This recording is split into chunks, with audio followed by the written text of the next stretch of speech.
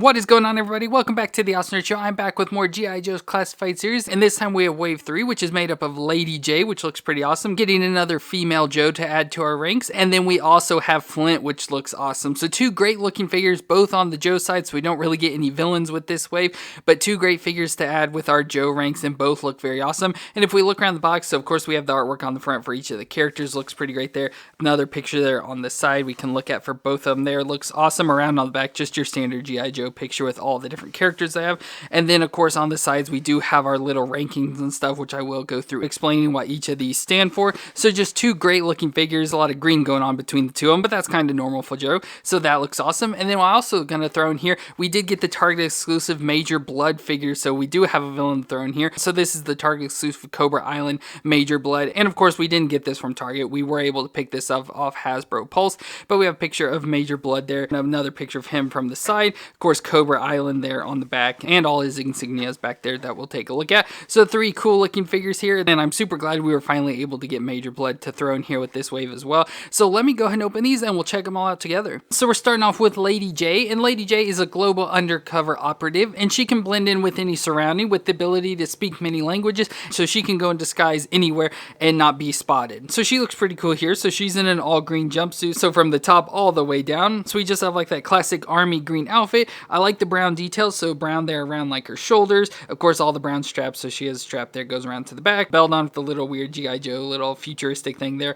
but it has some pockets for like a knife. Then on her legs we have some dark olive green thrown in there, which looks pretty nice, so it separates those green colors out, and all the way down to her boots, where she has some black like tactile boots on. She has black gloves on her hands, and then we got her face, so she just looks like female, nothing specific or anything. But to me her hair looks a little bit weird, but there is a reason for that, but she has shorter haircut, but it looks weird because you can take her hair off, so it's a little bit weird. And of course now she's like bald head and stuff, but it doesn't make it look like she's wearing a wig, so it does set off her head a little bit, so it doesn't look exact, but it of course fits in perfectly for her since she can change her looks and everything, so she would like wear wigs and all that, but we will see more of that in a second. But let's go ahead and look at her movements. So her head can twist all the way around there, and her neck is really stiff, and her whole body is just like a little bit weird since she is a female, so she has a lot of looseness and some hard joints and stuff just because of the thinness of them, so she doesn't work exactly perfectly, but her head can twist around there, and then she can look that far down and that far up, so she does have a joint up there at the neck, but then also has movement at the lower neck as well, so she does have those two movements working together to get some more movements in the neck. Her shoulders can come up 90 degrees and have a butterfly joint there,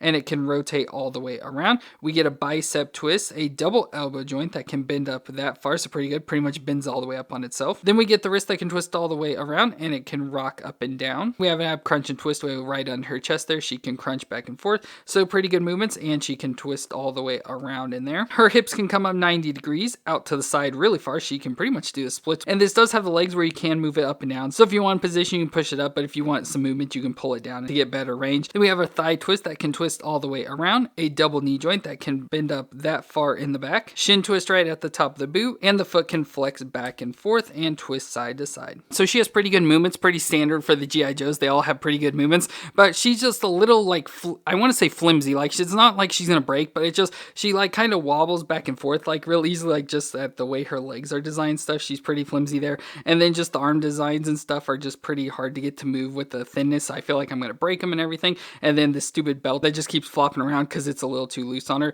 so not exactly perfect. Like I feel she could be a little bit better, but overall the look's still there and looks pretty great. So for her accessories we'll go and start. So she has the hair that comes off, so she comes with this additional piece of a hat with some hair sticking out underneath it, so we can switch it out. So it's got a really nice design, so it fits easily and smooth, just fits right on, goes around her ears and just sits on her head, so I think it looks pretty good there. But the issues are if you like want to move her head and anything, it just easily falls off, but I think overall that looks pretty good. And to weapons, first off we get a little knife, so just a little black knife, but we'll go and stick this in the little sheath right there on her belt. And for her main weapon she has javelins, so she has these two different javelins. So javelins to me, like if I think about it, I think like the Olympic sport thing, the spear that they run and throw, so that's what this reminds me of, and so it has that sort of design too. But then there's also the javelins like the rockets, like the rocket launcher javelins and stuff, so that could also be this as well, especially with what we get. But we have two different forms, so this one looks just like a pretty standard, like Olympic javelin, so like a spear pretty much, so it has a nice black handle and then a nice silver shiny point. And then we have this additional one with a different point that's like more of like an explosive or something, or more like futuristic tech,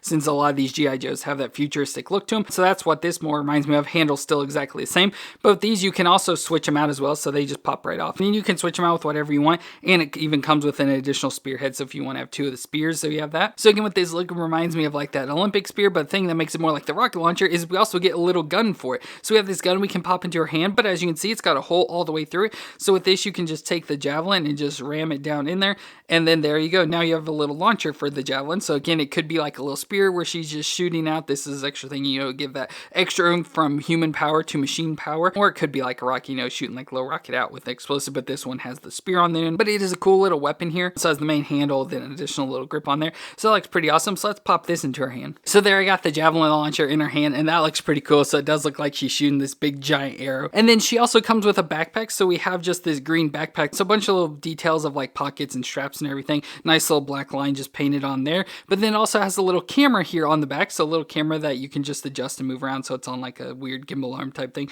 that you can just adjust and get it pointed around to wherever you want. So a nice little recon camera there that she can wear around. And then as you see underneath here in the back, there is also this little holding spot for the additional javelin heads. So we have like the explosive one that can just fit right down inside there. And then we have the arrow one as well that can pop right inside there. And they do stick in there pretty well, and they could be a little bit hard to get out, but thankfully they left a little opening and you can just grip onto them with your finger and pull them right out. So that's an awesome little feature to carry the additional heads and stuff of the javelin. So pretty cool. Again, I love that the G.I. Joes like come with stuff and have places to almost store anything you need. So that's pretty awesome. And speaking of, we also do have a little clip on the side, so we can take our javelin head. So this is just the additional one, and you can just clip it right on there, and it holds the additional javelin or the main javelin, whatever you want. So let's go and pop this onto her back. And now on her back as well, she does have the hole for it to slide into, but we do have that additional piece of that strap that was around her chest, so you can line up the hole and then get the backpack put through it. So there I got Lady Jaye all kitted out, and she is able to hold everything except for her additional hair piece, so that we just have to kind of do something else with. And finally, we have the logos from Lady Jaye's box.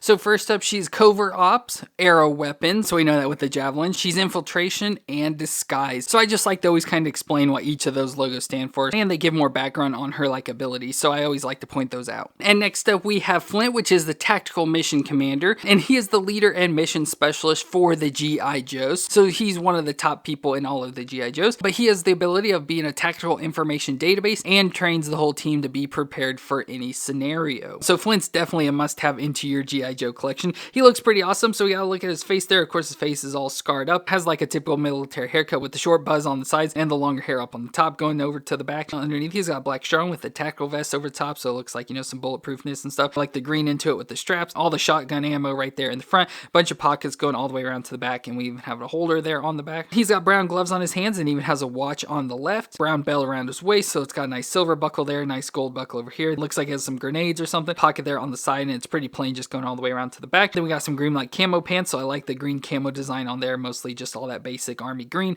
but I like the darker camo details to it. Thigh holster for a pistol, has the knee pads that we've seen on a bunch of the G.I. Joes, and similar shin guards there. Looks like this one's a little bit crooked, unfortunately. And then he just has some brown army boots on there. So pretty nice looking Flint overall. Looks like one of your pretty standard military figures, so fits in perfectly for the G.I. Joes, and just overall looks awesome. So for his move, his head can twist all the way around. Again, he has similar neck joint to Lady Jaye, but he has the joint up at the top and at the lower neck. So the upper neck can allow it to bend back and forth there, and then the lower allows for that additional rocking, so he can look that far down and that far up. Shoulders come up 90 degrees and have a butterfly joint. They can rotate all the way around. We get a bicep twist, double elbow joint that can bend up that far, mostly just because of his muscle there. Wrist twist around and flex back and forth. He does have an ab crunch in here, but because of his vest, it doesn't allow for any real movements at all. So the only crunching we get is down at the actual waist, where it has that additional piece, so it allows it to crunch back and forth there, and where it allows him to twist around as well. His legs can come up 90 degrees out to the side that far, thigh twist all the way around. He has a double knee joint that can bend up that far in the back, shin twist at the top of the boot,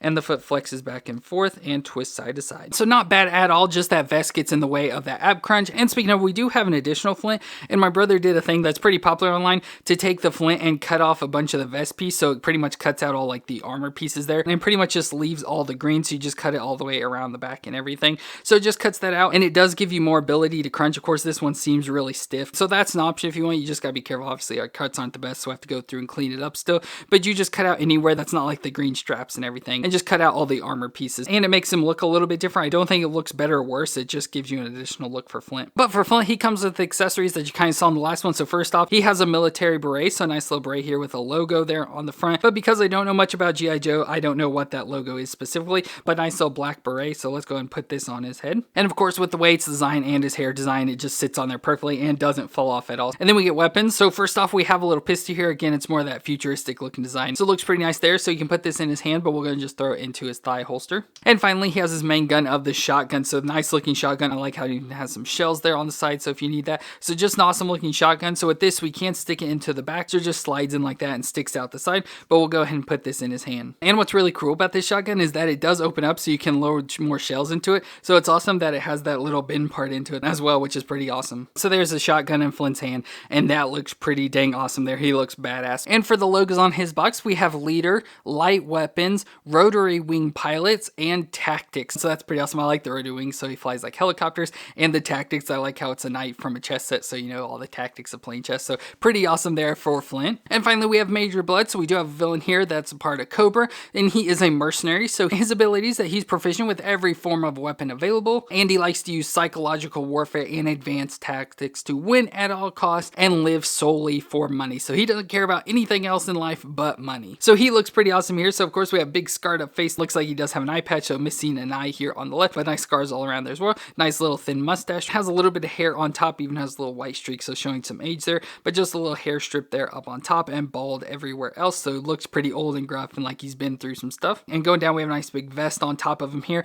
It's funny, over here on the right, he does have a metal arm, so he must have lost an arm and had to replace with a metal arm. So you can see there up at the shoulder, it's all metal, nice armor pauldron there, and then a robot arm all the way down to the hand. But his left arm still looks humanish, but of course covered in this all brown outfit. That's some black sections on it, and that nice little rib design that looks pretty cool. Nice little forearm guard, and then a glove that even has the Cobra logo on it. So again, he has that vest on over the brown outfit, again with more of the black details you can see on underneath there. Black belt around his waist with some canisters, probably grenades and stuff, and a thigh holster coming down to the side. Brown pants that match the rest of them, have that texture into it, which is nice. Knee pads as usual. They go down to black boots that almost look like motorcycle boots, but have some silver on it with the silver guards there on the front and at the toes. But just the overall design looks like motorcycle boots, which I think fits perfectly for Major Bludd. So for his movements, his head can twist all the way around there. He can look down just about that far. Again, he can't really go too far because his chin's hitting the chest armor, and goes up about that high. So not a whole lot of range there, but not bad. The shoulder, at least on this side, comes up 90 degrees and can rotate around. And there is a butterfly joint in there. We have a bicep twist, a double elbow joint that can bend up that far pretty good, and the wrist that can twist around, and this one just flexes back and forth. And the opposite arm's pretty much exactly the same, so even though it is not robotic, it still has all the same movements. He does have an ab crunch up in there, you can see part of the lines there,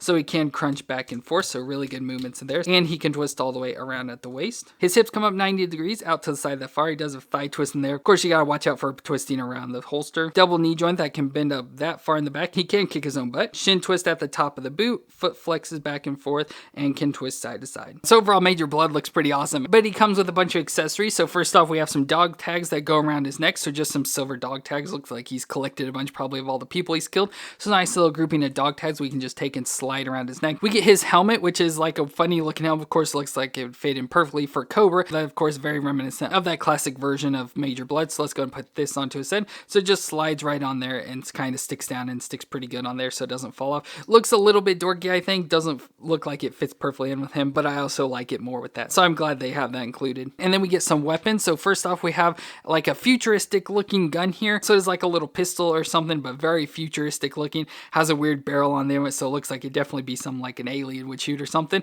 But what's cool about this is that it also comes with some rockets. So we have these rockets that you can put on the end of it. So it's like a little rocket shooter and stuff. So it looks pretty weird and dorky that way, but it is a nice little thing that you can shoot rockets. And it does come with 2 rockets. So if you lose one or whatever, you do have a spare. And then we can also go to our backpack. So we get a little backpack to put on him, which looks just pretty weird and everything. Not exactly like a backpack. The designs almost make it look like it's a rocket pack or something with the way it's designed, but just a little backpack piece there. Nothing too special. But what it can do is right here in the center, we do have the lines just going right down through there. So it can hold the rockets. So we can just take these rockets and just pop them right in there. And they just kind of stick in there like that. So we can go ahead and store both of these. So again, both of them just stick in there like that and they don't fall out too easily. And then even on the side, we do have a hole so we can take this gun and pop the little peg into there. And it gives you a nice little place to store the gun away as well. So let's go and pop this onto his back. And it sits on his back just like that. So that's pretty awesome. And finally, we have his main weapon of the little like revolver weapon. Of course, that futuristic design, but it does look like a revolver with the silver clip in it there. Looks pretty awesome overall. So with this, we can put it into the thigh holster,